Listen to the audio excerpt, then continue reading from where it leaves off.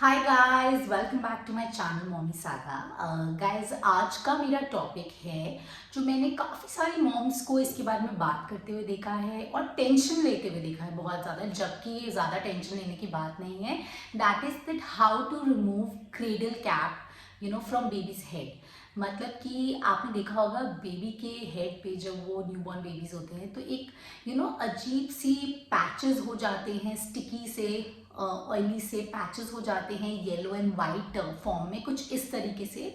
सो इसको आप cradle cap कहते हैं। सो गाइज, इस वीडियो में हम यही डिस्कस करने वाले हैं कि हम इस क्रेडल कैप को कैसे रिमूव कर सकते हैं बच्चे के सर से।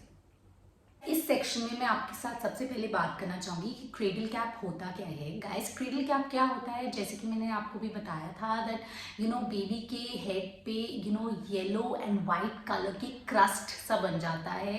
पपड़ियाँ कह लीजिए उसके स्कैल्प पे बन जाती हैं एंड वो बड़ी मुश्किल होती है रिमूव करनी। गाइस, मैं आपको एक बात बताना चाहती हूँ कि क्रेडल कैप बिल्कुल भी इची नहीं होता, मतलब कि बच्चे को उसमें कोई खुजली नहीं होती। तो आप उसको please definitely, it's a big big no, उसको स्क्रैच करना, बिकॉज अगर आप उसको स्क्रैच करेंगे तो वो और वर्सन हो जाएगा। So guys, another very important thing about cradle cap is कि या ये जो बच्चे के सर पे पपड़ियाँ हो जाती हैं कि इनको आपको स्क्रैच नहीं करना है। अगर आप इनको स्क्रैच करेंगे, जैसे कि मैंने आपको कहा है, वो वर्सन हो जाएगा। But guys, another thing is usually ये क्रेडल कैप बच्चे में खुद ही कुछ वीक्स में या कुछ मंथ्स में निकल के गिर जाता है। बट अगर आपको लगता है उसके बाद भी नहीं निकल रहा तो आप एक बेबी माइल्ड शैम्पू यूज़ कीजिए, कोई भी वेरी माइल्ड बेबी शैम्पू, और उससे अपने बेबी के सर को वॉश कीजिए। धीरे धीरे ये क्रेडल कैप उसमें निकल जाएगा। एंड गाइज, इन केस तभी भी क्रेडल कैप नहीं निकलता है तो आप अपने डॉक्टर को जाके ज़रूर कंसल्ट कीजिए, क्योंकि वो आपको कुछ थोड़ा बच्चे के लिए एक स्ट्रॉन्गर शैम्पू दे सकता है एंड किसी टाइप का ऑइंटमेंट या मेडिकेशन दे सकता है। ओके गाइज, पर मैं आपको एक्चुअली कहना चाहूँगी cradle cap is very normal and ये घर में ही ठीक हो जाता है। बट मैं आपको बताऊंगी कि कब आपको डॉक्टर के पास विजिट करना है। And let's go to our next section, जहां हम बात करेंगे क्रेडल कैप के सिम्टम्स के बारे में। सो गाइस, अब हम बात करेंगे कि बच्चे में हमें कैसे पता चलेगा कि क्रेडल कैप ही है या कोई और टाइप की एलर्जी नहीं है। तो इसके कुछ बहुत ही सिंपल साइंस हैं। सबसे पहला, बेबी के सर पे पैचेस में पपड़ियाँ हो जाएंगी, पैचेस में, और जनरली जैसे कि मैंने आपको बताया है कि वो येलो एंड वाइट कलर की ही होंगी। एंड गाइज, कभी कभी ऐसा होता है एक्सट्रीम केसेस में कि बेबी का हेड रेड भी हो जाता है। एंड इस टाइप के पैचेस एंड पपड़ियाँ बच्चे के नोज पे भी आ सकती हैं, फेस पे भी आ सकती हैं एंड इवन बच्चे के प्राइवेट पार्ट्स में भी हो सकती हैं। सो गाइज, दैट मीन्स कि ये साइंस को आपको ध्यान रखना बहुत ज़रूरी है and it is actually the sign कि बच्चे को क्रेडल कैप का ही इशू है। सो गाइज, ये बहुत ही कॉमन होता है न्यूबॉर्न बेबीज में। Please don't be very worried, because ये बहुत ही नॉर्मल है। मैंने लिटरली ऑलमोस्ट 60% बच्चों, न्यूबॉर्न बेबीज के सर पे क्रेडल कैप देखा ही है, जितनों को मैं जानती हूँ। एंड गाइज, एक बात बताऊंगी कि प्लीज़ आप ये मत समझिए कि ये इची होगा या आप बच्चे को इससे खुजली हो रही होगी, ऐसा कुछ नहीं होता। बच्चा is very normal with this and ये धीरे धीरे झड़ जाता है। इस क्रेडल कैप को, इस जो सर पे हमारे बच्चे की पपड़ी बनती है, इसको हम कहते हैं इन्फेंटाइल सेबोरिक डर्मेटासिस। ओके गाइज, ये इसका मेडिकल टर्म है। बट गाइज, ये जो क्रेडल कैप का मैंने आपको मेडिकल टर्म बताया, ये बहुत बारी लोग इसे एटोपिक डर्मेटासिस से भी कंफ्यूज कर लेते हैं। एटोपिक डर्मेटासिस और क्रेडल कैप का एक ही डिफरेंस होता है एंड दैट इज़ कि क्रेडल कैप इची नहीं होता, उसमें आपको खुजली बच्चे को नहीं होती। एंड एटोपिक डर्मेटासिस में बच्चे को बहुत ज़्यादा खुजली होती है एंड इतनी खुजली होती है कि वो रेजिस्ट ही नहीं कर सकता। तो आपको ये समझ जाना चाहिए, जब बच्चा खुजली नहीं कर रहा अपने सर पे एंड ऐसे उसके पैचेस हुए हुए हैं, दैट मीन्स उसको क्रेडल कैप ही है। सो गाइज, वैसे तो क्रेडल कैप कुछ ही वीक्स और मंथ्स में चला जाता है, बट इन केस आपने घर में सारी रेमेडीज़ यूज़ करके देख लिए हैं, आप बेबी का शैम्पू भी कंटिन्यूसली करते हैं बट फिर भी वो ट्रीट नहीं हो रहा, या फिर ये पैचेस आपके बेबी के फेस, नोज़ या प्राइवेट पार्ट्स में होने शुरू हो गए, तो आपको डेफिनेटली डॉक्टर के पास जाना है without any sort of second thought, please guys, क्योंकि दैट मीन्स कि ये बहुत सिवियर हो गया है एंड बेबी को ट्रीटमेंट की बहुत ज़रूरत है। गाइज ये नेक्स्ट सेक्शन जो मैं आपके साथ डिस्कस करने वाली हूँ कि क्रीडल कैप होता क्यों है, what are the causes. Guys इसके कॉजेज ना आप प्रिटी अननोन, आप डॉक्टर से भी पूछेंगे तो वो भी आपको कोई एक राइट कॉज बता नहीं पाएंगे। गाइज द मेजर कॉज जो सब कहते हैं एंड रिसर्चर्स ने भी फाइंड आउट किया है, दैट इज़ कि क्रीडल कैप इसलिए होता है कभी कभी क्योंकि जब बेबी अपनी मॉम के पेट में होता है तो मदर के कुछ हार्मोन्स बेबी को पास ऑन हो जाते हैं। उससे क्या होता है कि ऑयल ग्लैंड्स में बहुत ज़्यादा ऑयल बनता है बेबी के एंड उससे ये पैचेस फॉर्म हो जाते हैं। Guys, another factor is कि there is a fungus which grows in our head and बच्चे के हेड में वो ग्रो करता है एंड वो क्या करता है, वो बहुत ज़्यादा ओवर ऑयल प्रोडक्शन करता है। So it's some sort of a fungal infection आप कह लीजिए। एंड गाइज मैं आपको एक बात बताना चाहती हूँ कि ये बिल्कुल भी क्रेडल कैप पुअर हाइजीन की वजह से नहीं होता।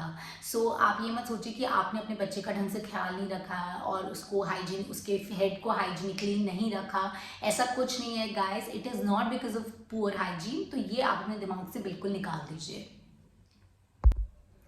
And guys another very very important thing, मैंने कुछ बड़े बुजुर्गों को ये सुनते हुए देखा है कि इसको हाथ मत लगाओ, तुम्हारे हाथ पे भी प्रॉब्लम हो जाएगा। सो गाइज ऐसा कुछ नहीं है, बिल्कुल भी कंटेजियस नहीं है, ये बिल्कुल नहीं फैलता है। It is not at all किसी को नहीं फैल सकता ये। सो प्लीज़ आप बिल्कुल भी इसको हाथ लगाने से या अपने बेबी के हेड में शैम्पू करने से बिल्कुल मत घबराइए।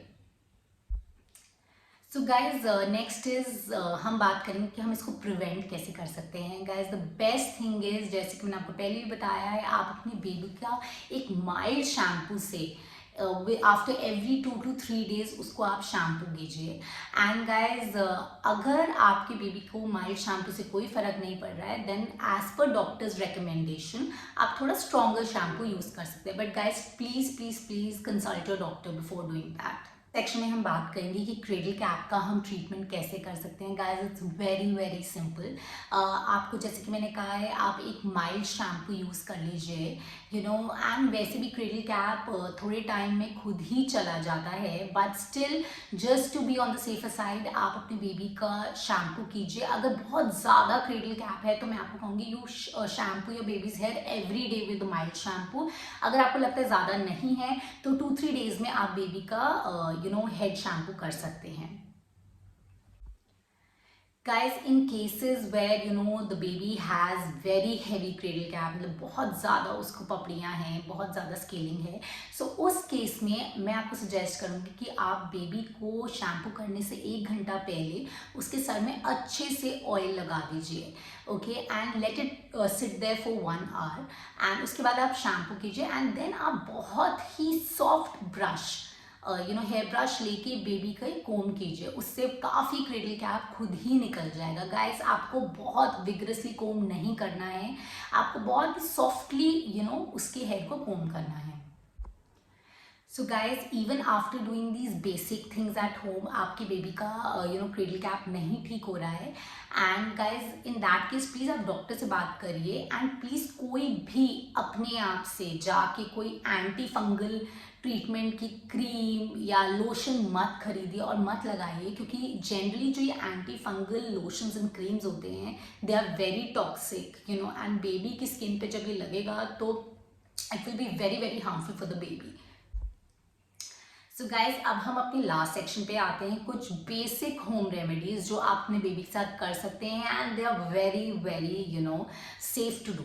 सो guys the first one is आप बहुत ही लाइट मसलिन क्लॉथ लीजिए, उसको थोड़ा सा डैम्प कर लीजिए एंड बेबी के हेड पे उसको इस तरीके से धीरे धीरे, आई एम नॉट सेइंग विग्रेसली, बहुत धीरे धीरे उसको मूव करिए हेड पे एंड इससे क्या होगा, काफ़ी क्रेडल कैप निकल जाएगा। ओके जैसे कि मैंने आपको पहले सेक्शन में भी बताया था कि आप बेबी के लिए एक माइल्ड शैम्पू यूज़ कीजिए, उसको ऑयल लगाइए before shampooing 1 hour before and then उसको बहुत ही सॉफ्ट कोम से ब्रश कीजिए, काफ़ी ज़्यादा क्रेडल कैप अपने आप उसमें निकल जाएगा। गाइज अगर आप देख रहे हैं कि ऑयल से भी कुछ नहीं हो रहा है, सो आई वुड सजेस्ट आप थोड़ी सी पेट्रोलियम जेली लेके बेबी के स्कैल्प पे लगा दीजिए एंड देन फिर उसको आप क्विकली शैम्पू कर दीजिए एंड उससे भी यू विल सी कि जब आप ब्रश करेंगे तो काफ़ी फ़र्क पड़ेगा। गाइज एक बहुत इंपॉर्टेंट चीज़ है जो क्रेडल कैप में मैं बताना चाहती हूँ, आप अपने बेबी के सर पे प्लीज़ ऑयल लगा के पूरा पूरा दिन मत छोड़िए कि आपको लगेगा कि मैं ऑयल लगा रही हूँ। ये प्रॉब्लम ही ऑयल ग्लैंड्स के ज़्यादा ऑयल सिक्रीशन से होती है। सो आपको बेबी के सर पे ऑयल लगा के पूरे पूरे दिन के लिए नहीं छोड़ना है। ओके यू हैव टू उसका सर का जो ऑयल है वो आपको बेसिकली शैम्पू करके कम करना है। एंड गाइज वंस बेबी का क्रेडल कैप ख़त्म हो जाता है, आपका काम वहाँ ख़त्म नहीं होता। जस्ट टू इंश्योर कि दोबारा क्रेडल कैप ना हो जाए, दोबारा बिल्डअप ना हो जाए, आप बेबी को माइल्ड शैम्पू से हर 2 से 3 दिन बाद उसको शैम्पू कीजिए एंड अगेन जैसे मैंने आपको बताया उसको बहुत ही लाइटली कोम करिए। Okay this is the best thing आप अपने बेबी के लिए कर सकते हैं and after combing, after doing everything, एक सिंपल सा मसलिन क्लॉथ लेके अच्छे से उसको धीरे धीरे वाइप कीजिए सो दैट कोई भी दोबारा बिल्डअप ना हो। सो गाइज आज के लिए बस इतना ही। Guys please please please encourage leaving comments on this channel, because मैं जो भी वीडियो बनाती हूँ, ये चैनल जैसे कि मैंने आपको पहले भी कहा है, it is not for any financial gain, ये सिर्फ आप मॉमीज़ की हेल्प करने के लिए है। So guys please support the channel, please leave your comments and guys अगर आपको कोई क्रेडल कैप रिलेटेड कोई भी होम रेमेडी पता है या कोई भी प्रिवेंशन के लिए चीज़ें पता हैं तो प्लीज़ उसको कमेंट सेक्शन में ज़रूर लिखिए। Guys don't forget to like subscribe on my channel mommy Saga. Guys अगली बारी हम फिर मिलेंगे किसी नए टॉपिक के साथ and here's Mommy Saga signing off, bye bye.